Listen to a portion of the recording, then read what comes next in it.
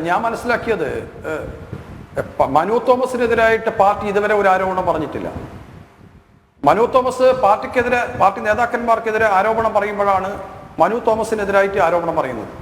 Manu Thomas ഞാൻ മനസ്സിലാക്കിയത് ഒരു അഡ്വക്കേറ്റാണ്, എൻറോൾ ചെയ്ത് നിയമവിദ്യാർത്ഥിയായിട്ട് എൻറോൾ ചെയ്ത ആളാണ്, കൃഷി കൊണ്ട് ഉപജീവനം കഴിയുന്ന ആളാണ്. അതേ നല്ലൊരു കമ്മ്യൂണിസ്റ്റാണ്. കാരണം ഇവരെ പോലെ ക്രിമിനൽ മൈൻഡുള്ള കമ്മ്യൂണിസ്റ്റ് അല്ല. കണ്ണൂരിന്റെ ജനങ്ങളുടെ മനസ്സ് ക്രിമിനൽ മനസ്സല്ല. പക്ഷേ ഇവർ ജനങ്ങളെ എങ്ങനെയാണ് അടക്കി ഭരിച്ചത് എന്ന് ചോദിച്ചാൽ ഇവർ ഭയപ്പെടുത്തി കീഴ്പ്പെടുത്തി വെച്ചതാണ് കണ്ണൂരിന്റെ മുക്കും മൂലയും. ഇത്തരം പ്രവർത്തനം നടത്തുന്ന ആളുകൾക്കെല്ലാം സപ്പോർട്ടും ചെയ്തു കൊടുത്ത് ഓരോ ഗ്രാമത്തിലും ഓരോ ലോക്കലിലും ഓരോ ഏരിയയിലും ഒരു ക്രിമിനൽ സംഘത്തെ വളർത്തി. ആ ക്രിമിനൽ സംഘത്തിലൂടെ ആ പ്രദേശത്തെ ഭയപ്പെടുത്തി കീഴ്പ്പെടുത്തി. അങ്ങനെയാണ് കണ്ണൂർ എന്ന് പറയുന്ന പ്രദേശം CPM കീഴടക്കിയത്. അല്ലാണ്ട് ആദർശ രാഷ്ട്രീയം കൊണ്ട് കീഴടക്കിയതല്ല. വോട്ട് പേറ്റെടുത്ത CPM-ന്റെ കയ്യില്ല. കാരണം ഭയപ്പെടുത്തി കീഴ്പ്പെടുത്തുക. നിങ്ങൾ ആരാണെന്നും നിങ്ങൾ ആർക്ക് വോട്ട് ചെയ്യുമെന്ന് ഞങ്ങൾക്കറിയാം എന്ന് നേരത്തെ പറയും. അപ്പം ഭയപ്പെടും. സാധാരണക്കാരൻ പാവപ്പെട്ടവൻ അവൻ CPM-ന്റെ കൂടെ നിൽക്കണ്ടിക്കൽ മനസ്സോടെ ഈ പാർട്ടിക്ക് വോട്ട് ചെയ്യും. അങ്ങനെയൊക്കെ കൂടെ നിന്ന ഒരു ജില്ലയാക്കി ഈ CPM ഈ കണ്ണൂരിനെ മാറ്റിയതാണ്. കണ്ണൂരിലെ കുറെ ക്രിമിനൽ സംഘത്തിനെയാണ് ഇത് കീഴടക്കാനായിട്ട്, ഈ ജില്ല കീഴടക്കാനായിട്ട് നിയോഗിച്ചത്. ആ നിയോഗിച്ച ക്രിമിനൽ സംഘം രാഷ്ട്രീയ ക്രിമിനലായിരുന്നുവെങ്കിൽ ഇന്ന് സാമ്പത്തിക ക്രിമിനലായി മാറി. രണ്ട് വ്യത്യാസമുള്ളൂ. ഒരു കാലത്ത് രാഷ്ട്രീയ ക്രിമിനലുകളായിരുന്നു, ഇവർ ഇന്ന് സാമ്പത്തിക ക്രിമിനലുകളായിട്ട് മാറി. ഇവർ സ്വർണം പൊട്ടിക്കാനും പൈസ മോഷ്ടിക്കാനും നടക്കുന്ന സംഘമായി മാറിയതോടുകൂടി പാർട്ടിയുടെ നേതാക്കന്മാർ അതിന്റെ പങ്ക് പറ്റുന്നവരായി മാറി. ആ പങ്ക് പറ്റുന്ന നേതാക്കന്മാരെയാണ് മനു തോമസ് ചൂണ്ടിക്കാണിച്ചത്. ആ മനു തോമസ് ചൂണ്ടിക്കാണിച്ച ആളുകൾ അവർക്കെതിരെ അന്വേഷണം നടത്തുന്നതിന് പകരം മനു തോമസ് പറയുന്നതിലൊന്നും യാഥാർത്ഥ്യമില്ല. ഞാൻ ചോദിക്കട്ടെ, ഇപ്പൊ കേരളത്തിലെ എത്ര ജില്ലകളിൽ ആരോപണം വന്നിട്ടുണ്ട്? ഏതെങ്കിലും ഒരു ആരോപണത്തിൽ CPM പൊതുസമൂഹത്തിന്റെ മുന്നിൽ ഞങ്ങളിതാ ഈ അന്വേഷണം നടത്താൻ ഇവിടുത്തെ നിയമ സംവിധാനത്തിൽ വിട്ടുകൊടുക്കുന്നത് പറഞ്ഞിട്ടുണ്ടോ? ഞങ്ങൾ അന്വേഷണം നടത്തി അവരെ വെള്ളപൂശും, പാർട്ടിയുടെ ചേർത്ത് പിടിക്കും. ഈ ആരോപണം പറഞ്ഞവനെ എങ്ങനെ ദ്രോഹിക്കാൻ പറ്റുമോ? നാളെ മറ്റൊരാൾ ഈ പാർട്ടിയിൽ ആരോപണം പറയാത്ത രീതിയിൽ ഉള്ള എല്ലാ സംവിധാനവും അവനെതിരെ തിരിയും. അവനെതിരെ തിരിഞ്ഞാൽ മാത്രമേ മറ്റൊരുത്തൻ നാളെ നാവ് തുറക്കാതിരിക്കൂ. അതിനു വേണ്ടിയിട്ടുള്ള നടപ.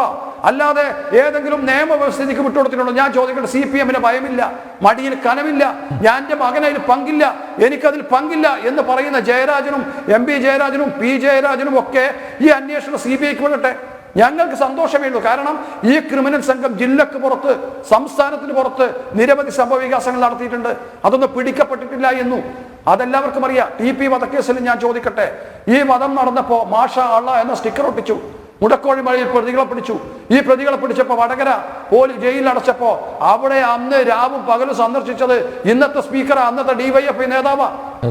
അന്നത്തെ DYFI നേതാവായ ഷംഷീർ രാവും പകലും അവിടെ സന്ദർശിച്ചില്ലേ? എന്താ പറഞ്ഞ? പാർട്ടിക്ക് പങ്കില്ല, പാർട്ടി അറിയില്ല എന്ന് പറഞ്ഞ്. ഏത് കൊലപാതകം നടന്നാലും പാർട്ടി അറിയില്ല, പാർട്ടിക്ക് പങ്കില്ല. ഇവരെ തള്ളിപ്പറയും. കേസൊക്കെ ആര് നടത്തും? പാർട്ടി നടത്തും. വക്കീലാര? വിശ്വനായിരിക്കും. വക്കീലാര? മുൻ CPM നേതാക്കന്മാരായ സംരക്ഷിക്കുന്ന വക്കീൽമാരായിരിക്കും. അവരുടെ സഹചാരികളായിരിക്കും. ജയിലിലെ ഉപദേശക സമിതി അംഗല്ലേ വിശ്വൻ. അതേപോലെ TP വധക്കേസിൽ ഇപ്പോ പ്രതികൾക്ക് വെള്ളപൂശാനായിട്ട് എന്താണ് ഗവൺമെന്റിലേക്ക് നോമിനേറ്റ് ചെയ്തിട്ടുള്ളത്. അപ്പൊ സ്വാഭാവികമായിട്ട് ഇവരെല്ലാ സംവിധാനത്തിലും ഉണ്ട്. ഇവർ ലോയർമാർ ഇവരുടെ ഇടയിലുണ്ട്, ജയിൽ ജീവനക്കാരും സൂപ്രണ്ടുമാർ ഇവരെ കൈപ്പിടിയിലാണ്, പോലീസ് ഉദ്യോഗസ്ഥന്മാർ ഇവരെ കൈപ്പിടിയിലാണ്. P ശശിയാണ് അവിടെ നിന്ന് നിയന്ത്രിക്കുന്നതെങ്കിൽ ഇവിടുത്തെ ക്രിമിനൽ സംഘത്തെ നിയന്ത്രിക്കുന്നത് P ജയരാജനാ. അവിടുത്തെ ജയരാജൻ ഇവിടെ നിയന്ത്രിക്കുന്നു. അവിടെ മറ്റൊരു സംഘത്തെ നിയന്ത്രിക്കുന്നത് P ശശിയാണ്. കണ്ണൂരിലെ രണ്ട് സംവിധാനമാണ് പാർട്ടിക്കുള്ളില്. ഒന്ന് P ജയരാജനും P ശശിയും നിയന്ത്രിക്കുന്ന രണ്ട് സംഘങ്ങളാണ്. ആ സംഘങ്ങളുടെ ബലാബലമാണ് ഇപ്പോൾ നടക്കുന്നത്. ആ ബലാബലത്തിന്റെ പേരിലാണ് വന്നിട്ടുള്ളത്. ഈ ആരോപണം അന്വേഷിക്കില്ല, ഞങ്ങൾക്കറിയാം, അന്വേഷിക്കില്ല.